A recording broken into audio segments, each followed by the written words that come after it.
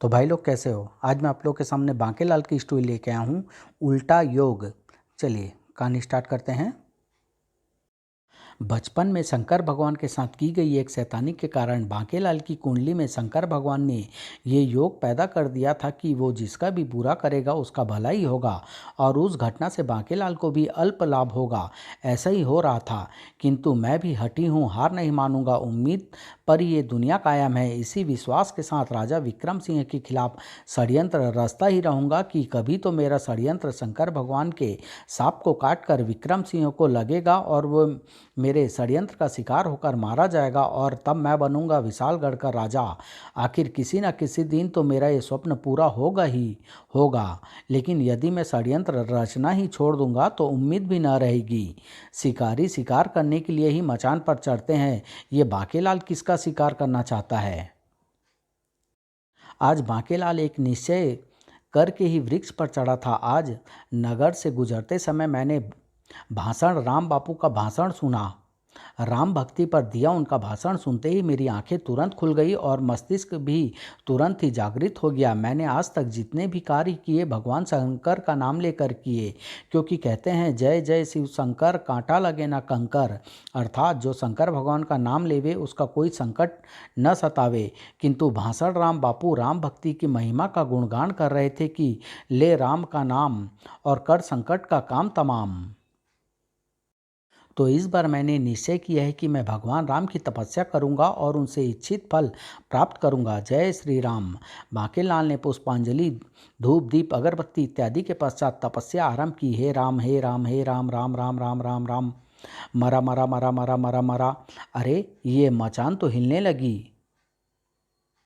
हिलती हुई मचान से नीचे झांकते ही बांकेलाल की सिट्टी पिट्टी गुम हो गई। अरे ये तो कोई राक्षस है और पूरे वृक्ष को ही उखाड़ने की चेष्टा कर रहा है। तो तू है जो मुझे पुकार रहा था? तुझे पुकार रहा था? मगर मैं तो राम राम का जाप कर रहा था। नहीं, तू मरा मरा का जाप कर रहा था। 1001 दफ़ा मरा मरा शब्द के जाप के साथ ही मैं तुरंत चला आया, क्योंकि मैं ही हूँ राक्षस मरा। इसने पेड़ उखाड़ दिया। अभी तो पेड़ ही उखाड़ा है, अब मैं तेरी गर्दन भी उखाड़ दूंगा। मेरी गर्दन उखाड़ कर तुम्हें क्या मिलेगा? तुम्हें खाकर मेरी भूख शांत होगी। तो तुम्हारी भूख तो उस हिरण की गर्दन उखाड़कर उसके मांस भक्षण से भी शांत हो सकती है। नहीं, इस सृष्टि की रचना ब्रह्मा विष्णु और महेश द्वारा हुई हुई है, और पृथ्वी के सब प्राणियों में तुम मानव देवताओं के विशेष चहेते हो। ब्रह्मा विष्णु और शंकर भगवान ने मुझे शाप दिया था कि जब तक कोई मुझे पुकारेगा नहीं मैं पृथ्वी पर कदम नहीं रख पाऊंगा। आज तुम्हारे पुकारते ही मैं आ गया। अब जब एक एक करके मैं इस सृष्टि की सबसे सुंदर रचना मानव का संहार करूंगा तो देवता बौखला उठेंगे। अब मैं तरह तरह से उत्पात मचाकर मानवों को सताऊंगा। जैसे मानवों को पीछे दुख लगा दूंगा, भयंकर रोग छोड़ दूंगा, क्रोध, चौसर और निर्धनता के राक्षस पैदा करूंगा जो अदृश्य रूप में मानवों में खलबली मचा देंगे। ऐसा करके मैं देवताओं को नीचा दिखा पाऊंगा। मगर ये अदृश्य कहाँ है? ये तो मुझे दिखाई दे रहे हैं। तुझे तो मैं दिखा रहा हूँ। मरा राक्षस ने अभी अपनी बात भी पूरी नहीं की थी कि ओह, पीठ पर किसने वार किया? कायर, सामने आ, हम सामने ही तो खड़े हैं। यही है वो दुष्ट राक्षस जो मेरी पत्नी सिंघानी को मारकर खा गया था। मारो। मैं तुम्हें रोग लगा दूंगा कम भक्तों, लालच तुम पर छोड़ दूंगा, तुम पर निर्धनता बैठा दूंगा। इन सब चीज़ों से हमारा क्या मतलब? मेरी पत्नी की बहन यानी मेरी साली सिंघाड़ू ने मुझसे विवाह की यही शर्त रखी थी कि जब तक मैं उसकी बहन के हत्यारे को दंड नहीं दूंगा तो वो मुझसे ब्याह नहीं करेगी। मेरे सिपा सालार कहाँ गए? हम पास ही हैं महामहिम मरा। मेरा पूरा शरीर सींगों की चुभन से भय कर पीड़ा कर रहा है, और ये दर्द अब तभी जाएगा जब मैं किसी मानव को मारकर उसकी चर्बी का लेप अपने घावों पर लगाऊंगा। इस बांकेलाल को नीचे धक्का दे दो, मैं इसे ही मारूंगा।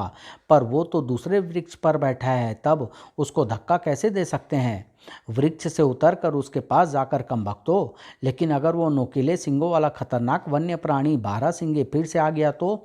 वो आएंगे या नहीं, किंतु अगर तुमने फौरन मेरा कहा ना किया तो हाथियों का वो झुंड अवश्य ही मेरे पास आकर मुझे कुचल डालेगा, और मैं इस वक्त खड़े होने की भी स्थिति में नहीं हूँ। किंतु ये हाथी भी तो कुचल सकते हैं। जब तक ये हाथी यहाँ से चले नहीं जाते हम नीचे नहीं उतरेंगे। कमबख्तो, तुम मुझे मरवाने पर क्यों तुले हो? सहसा मरा की बाँछें खिल उठी। ओह, एक मानव इसी ओर आ रहा है और ये हाथियों से पहले ही मुझ तक पहुँच जाएगा। मुझे तैयार रहना चाहिए। जैसे ही ये मेरे निकट आएगा मैं इसको दबोच कर अपने तीक्ष्ण नाखूनों से इसकी आंतड़ियाँ बाहर निकाल दूंगा और इसकी चर्बी से करूंगा अपने जख्मों का उपचार। अब इस लकड़हारे को अपनी ओर आकर्षित करना ही होगा। उसके लिए मैं अपने चट्टान जैसे शरीर को इस प्रकार से सिकोड़ लेता हूँ कि वो बड़ी सी चट्टान लगे। ये क्या कर रहा है भाई लकड़हारे? मैं विश्राम स्थल हूँ। कोई लकड़हारा मुझ पर विश्राम किए बिना यहाँ से नहीं जाता। और जो कोई भी मुझ पर विश्राम करता है घर पहुँचते पहुँचते उसकी लकड़ियाँ सूख भी जाती है और दोगुनी भी हो जाती है। आजा भैया, विश्राम कर ले। अगर ऐसी बात है तो मैं तुम पर बैठकर विश्राम अवश्य करूंगा। ओह, तो ये उस लकड़हारे को अपना शिकार बनाने के चक्कर में है। चलो, मैं तो फिलहाल बच जाऊंगा, लेकिन यहाँ भी तो मैं खतरे में ही हूँ। मगर इससे पहले कि लकड़हारा राक्षस मरा तक पहुँच जाता। ओह सांप, वो सांप नहीं रस्सी है, तू उससे घबरा मत। घबराऊं कैसे नहीं, मुझे तो वो सांप दिखाई दे रहा है। मैं उसे रस्सी समझने की भूल नहीं कर सकता। रुक जा, मुझ पर बैठ कर जा। अरे, हाथियों का झुंड निकट आ गया। हमें बोल, हम बैठते हैं तेरे ऊपर विश्राम करने के लिए। मरा, जल्दी कर, इस जटा को पकड़ ले। लेकिन उससे क्या होगा? मुझे खींचेगा कौन? तुझको मैं खुद तेरे सिपह सालारों के साथ खींचूंगा। मारा भाई, इन्हें मैंने संकेत से इधर बुला लिया है। हाथियों से तेरी जान बचाने का और कोई तरीका नहीं है। बांके एवं मरा राक्षस के सिपह सालारों के दूसरी ओर कूदते ही राक्षस का शरीर जटा के साथ ही ऊपर को उठता चला गया। अरे, मैं हाथियों के रास्ते से हट गया। वाह! उसी क्षण सभी हाथी वहां से गुजरते चले गए। मैं बच गया। मुझे नीचे उतारो। हाथी चले गए हैं। मैं अधिक समय तक जटा पकड़े नहीं रह सकता, लेकिन नीचे पहुंचते ही तू मुझे मारेगा। हाँ, तुझे मारना तो बहुत ज़रूरी है क्योंकि तूने ही तो बुलाया है। तो फिर मैं तुझे उतारूंगा नहीं, बल्कि ऊपर से छोड़ूंगा। नहीं, अगर तूने मुझे छोड़ा तो इतनी ऊंचाई से गिरकर मेरी हड्डियां भी टूट जाएगी। घबरा मत, घबरा मत, मैं तुझे छोड़ रहा हूँ क्योंकि तू मेरा कुछ नहीं बिगाड़ सकता। भले ही तूने हाथियों से मेरी जान बचाई, किंतु फिर भी अपने घावों को सुखाने के लिए मुझे तेरी चर्बी की आवश्यकता है। खींचने के कारण अब मुझ में इतनी ताकत आ गई है कि मैं चलकर तुझ तक तो पहुंच ही सकता हूं, लेकिन तू विशालगढ़ के राजा विक्रम सिंह को नहीं जानता। उसके रहते किसी की क्या मजाल कि उसकी प्रजा की ओर कोई आंख भी टेढ़ा करके देख ले। तू क्या कह रहा है? मैं बिल्कुल ठीक कह रहा हूँ। समझा तो सही। हमारे राजा विक्रम सिंह को शंकर भगवान का वरदान मिला हुआ है कि उसके राज्य में प्रजा सुखी रहेगी और कोई भी संकट उसे छू भी नहीं पाएगा। समझा तो सही। कमाल है, तू अभी तक नहीं समझा? देख, जब तूने मेरा बुरा करना चाहा तो ऐन उसी समय 12 सिंगा आ गए और तुझे घायल कर दिया। फिर जब तूने उस लकड़हारा को बुरा करना चाहा तो सांप ने बीच में आकर उसे बचा लिया। उल्टे तेरे ही प्राण संकट में पड़ गए। विशालगढ़ की धरती पर रहकर तू तब तक किसी मानव का बुरा करना तो दूर सोच भी नहीं सकता जब तक कि तू राजा विक्रम सिंह का बुरा नहीं करता, अन्यथा हर बार संकट तुझ पर ही टूटेगा। नहीं, मैं ऐसा नहीं कर सकता। मुझे ब्रह्मा का शाप है कि मैंने किसी राजा का बुरा किया तो खूंखार नरभक्षी चींटे आकर मुझे खा जाएंगे। तब तू अपने उद्देश्य में सफल नहीं हो सकता। जा, जहाँ से आया है वहीं लौट जा। बेड़ा गर्क, मैं तो इसके हाथों मोटे मुच्छड़ को मरवाने की सोच रहा था। तब तक मैं भी अपने प्राण बचाने की कोई ना कोई तरकीब सोच ही लेता। नहीं, ऐसा भी नहीं हो सकता। मैं पृथ्वी से मानवों का नाश करके ही जाऊंगा। तो फिर यह काम मुझ पर छोड़ दे, लेकिन उससे पहले मुझे छोड़ दे।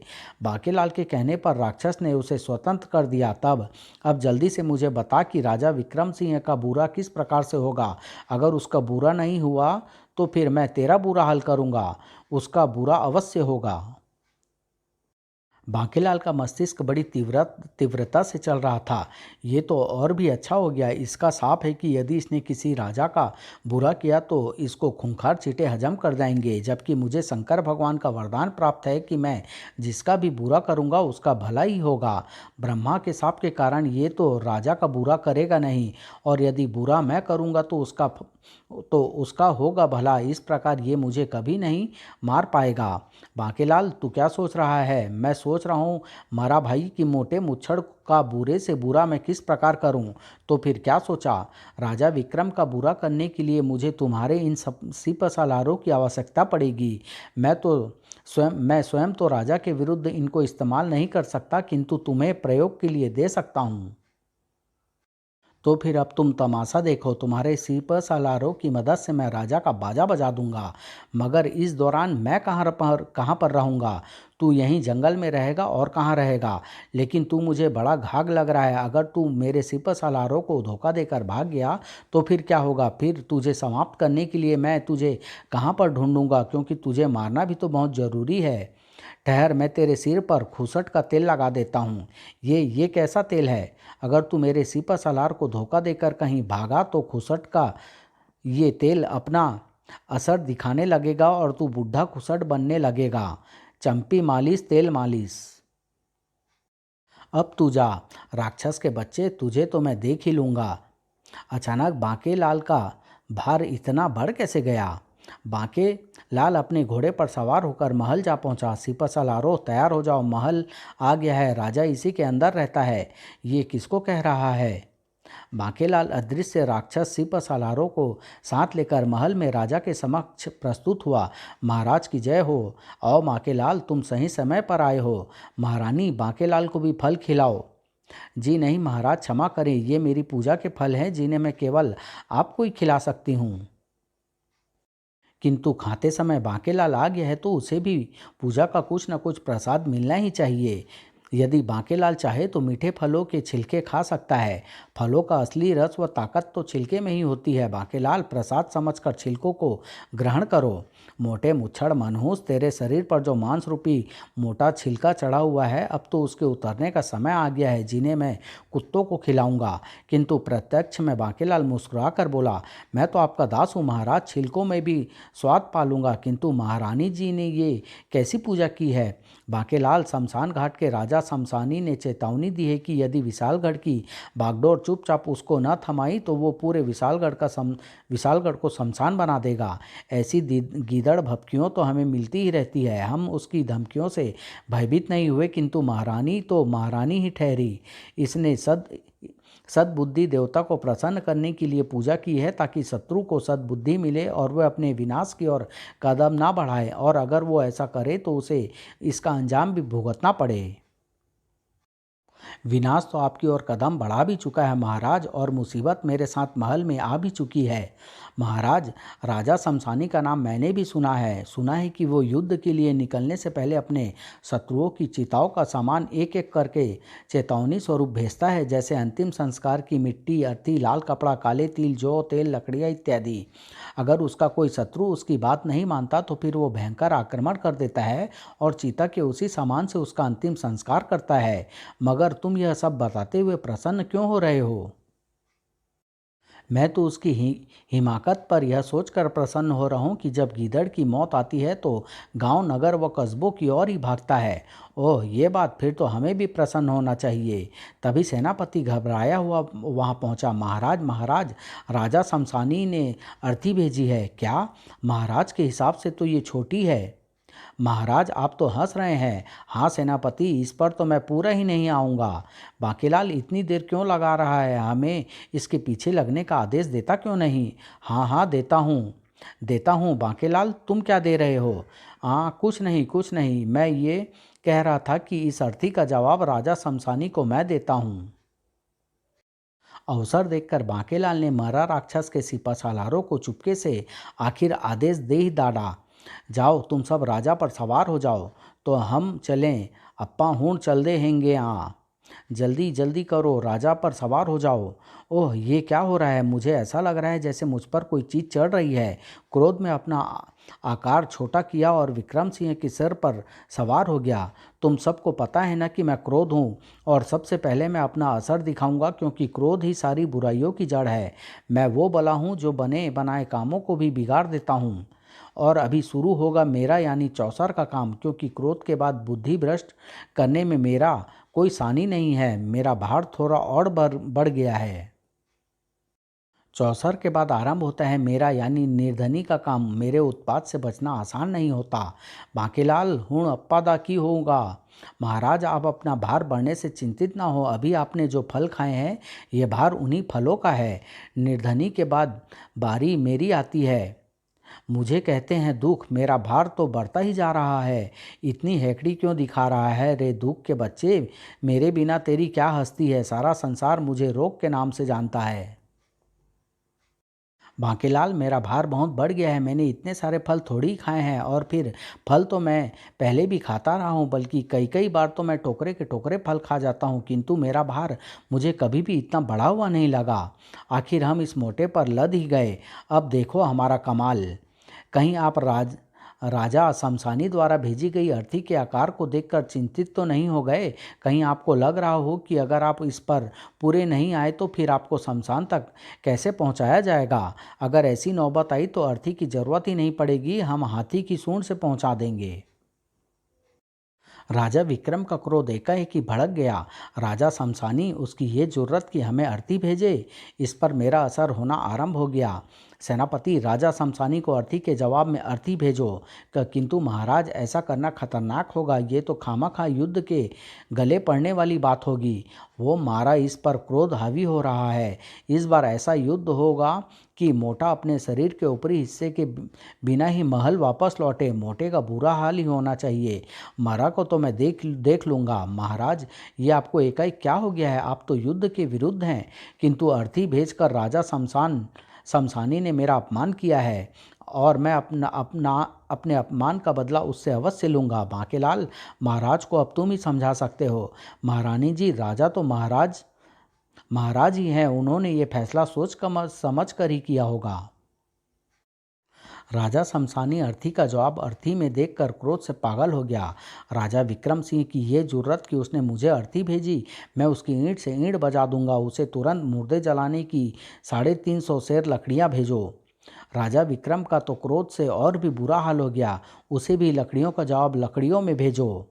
राजा शमशानी का क्रोध 7वें आसमान पर जा पहुंचा। लकड़िया का जवाब लकड़ियाँ। उसे 100 पर ओढ़ाने वाला मनहूस लाल वस्त्र भेजो। राजा विक्रम सिंह का क्रोध चरम सीमा पर पहुंच गया। लाल वस्त्र, उसे भी भेजो।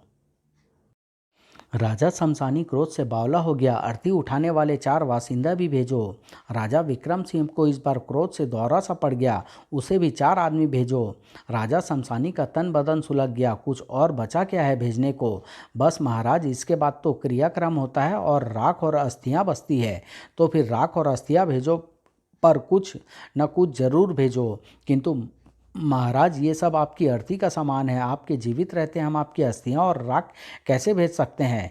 ये सब मुझे नहीं पता। राख और अस्थियां तो मैं राजा विक्रम को भेज कर ही रहूँगा। तो फिर इसमें भला मुझे क्या आपत्ति हो सकती है। अर्थी भी है, लकड़ियाँ भी है, जलने वाला भी है। मुझे तो केवल पुरोहित को बुलाकर घी डालकर अग्नि दिलवानी है। राजा शमशानी की मनसा सुनकर उसकी पत्नी रानी निगमबोध तुरंत वहां आ धमकी, महाराज, तो फिर अप्पादा की हो। तुमसे तो मैं राजा विक्रम सिंह को अपनी अस्थियां भिजवाने के बाद ही बात करूंगा। नहीं, आप ऐसा नहीं कर सकते। क्या तुम्हारी ये जुर्रत कि मेरे कार्य में व्यवधान डालो। सेनापति, मेरी तलवार लाओ। अब शत्रु से पहले मैं अपनी पत्नी का ही सिर काटूंगा। रहने दो महाराज, बच्ची है, क्षमा कर दें। राजा विक्रम की खांखा में लावा सा खोलने लगा। राजा शमशानी की यह मजाल कि उसने मुझे नीचा दिखाने के लिए इस बार अपनी चीता की राख व अस्थियां भेजी। महाराज मुबारक हो, ये तो बड़ी प्रसन्नता की बात है। राजा शमशानी की राख व अस्थियां आपके सम्मुख रखी है। आप बिना युद्ध के विजयी हो गए। सवाल ये नहीं है बांकेलाल कि मैं विजयी हो गया। सवाल ये है कि राजा शमशानी ने मुझे अपनी राख व अस्थियां भेजी है, तो मैं भी उससे पीछे नहीं रहना चाहता। मैं भी उसे अपनी राख अस्थियां भेजूंगा। लगता है महाराज बावले हो गए हैं। उसको सिंहासन से उतारो, मुझे बैठाओ। महाराज का क्रोध तो शांत होने को नहीं आ रहा है। प्रबंध मंत्री कहाँ है। प्रबंध मंत्री, उसे बोलो मेरी चिता का प्रबंध करे। और सेनापति, मेरी राख व अस्थियार कलश में भर कर तुम स्वयं राजा शमशानी के पास ले जाओगे। ऐसा क्रोध के कारण हो रहा है जिसने महाराज के सोचने समझने की ताकत छीन ली है। क्रोध में ऐसा ही होता है, बुद्धि कुंद हो जाती है। महाराज समझने की चेष्टा करे। राजा शमशानी मर चुका है, उसकी राख व अस्थियाँ इस कलश में भरी हुई है। मैं कुछ सुनना नहीं चाहता। जैसा कहा है वैसा करो, अन्यथा राजाज्ञा के उल्लंघन का अभियोग में फांसी दे दूंगा। गला तो छोड़िए महाराज। महारानी जी, अब तो महाराज को रोकने का सिर्फ एक ही उपाय है। कुछ भी उपाय करो मगर इन्हें रोको। जब तक महाराज का क्रोध शांत ना हो जाए इन्हें ऐसे ही सांकलों से बांध कर रखा जाए। जब तक क्रोध महाराज के सिर पर बैठा है महाराज का क्रोध शांत हो ही नहीं सकता। मुझे सांकलों से क्यों बांध दिया है? मैं सबको देख लूँगा, अन्यथा मुझे खोल दो। महाराज, जब तक आप अपने क्रोध को शांत नहीं करते तब तक आपको नहीं खोला जाएगा। तो फिर ठीक है, मैं अपना शरीर इतना ताकतवर ऐसे ही नहीं बनाया कि तुम मुझे चूहे की तरह फांस कर रखो। अब देखो मेरी ताकत का कमाल। इसने तो खंबा ही तोड़ दिया। मगर ये क्या? अरे महाराज खंबे के नीचे दब गए। महाराज, खोपड़ी टूटी कि नहीं? राक्षस मरा का सिपा सलार क्रोध खोपड़ी से कूदकर किसी प्रकार बच निकला था। अरे बाप रे, जान बची। मैं भी तो सिर पर ही सवार था। ओह, क्रोध मोटे के सिर के ऊपर से उतर गया, किंतु मोटा सिर पर खंभा गिरने के कारण मूर्छित हो गया है। अब क्रोध को उस पर चढ़ने की आवश्यकता भी नहीं है। मुझे लगता है मोटे का हो गया है काम तमाम। खंभा हटाने के लिए और महाराज को बिस्तर तक पहुंचाने के लिए हाथी बुलाना पड़ेगा। हाथी चिंपो बहुत जल्दी आ गया। हाथी आ गया। चिंपो, ये तो 2 हाथियों का काम है। हाथी ने खंबे को भी हटाया और विक्रम को भी उठाया। सेनापति, जल्दी से राजवेद को बुलाओ। वो नब्ज देखकर बताएगा कि कल राष्ट्रीय शोक दिवस है या नहीं। हुड़प्पा द की हो। ये कहानी मैं यहीं समाप्त कर रहा हूँ। अगर आप लोग को पसंद आए तो इसका भाग लेके आऊँगा। मुझे तो बहुत बोरिंग लगी। धन्यवाद।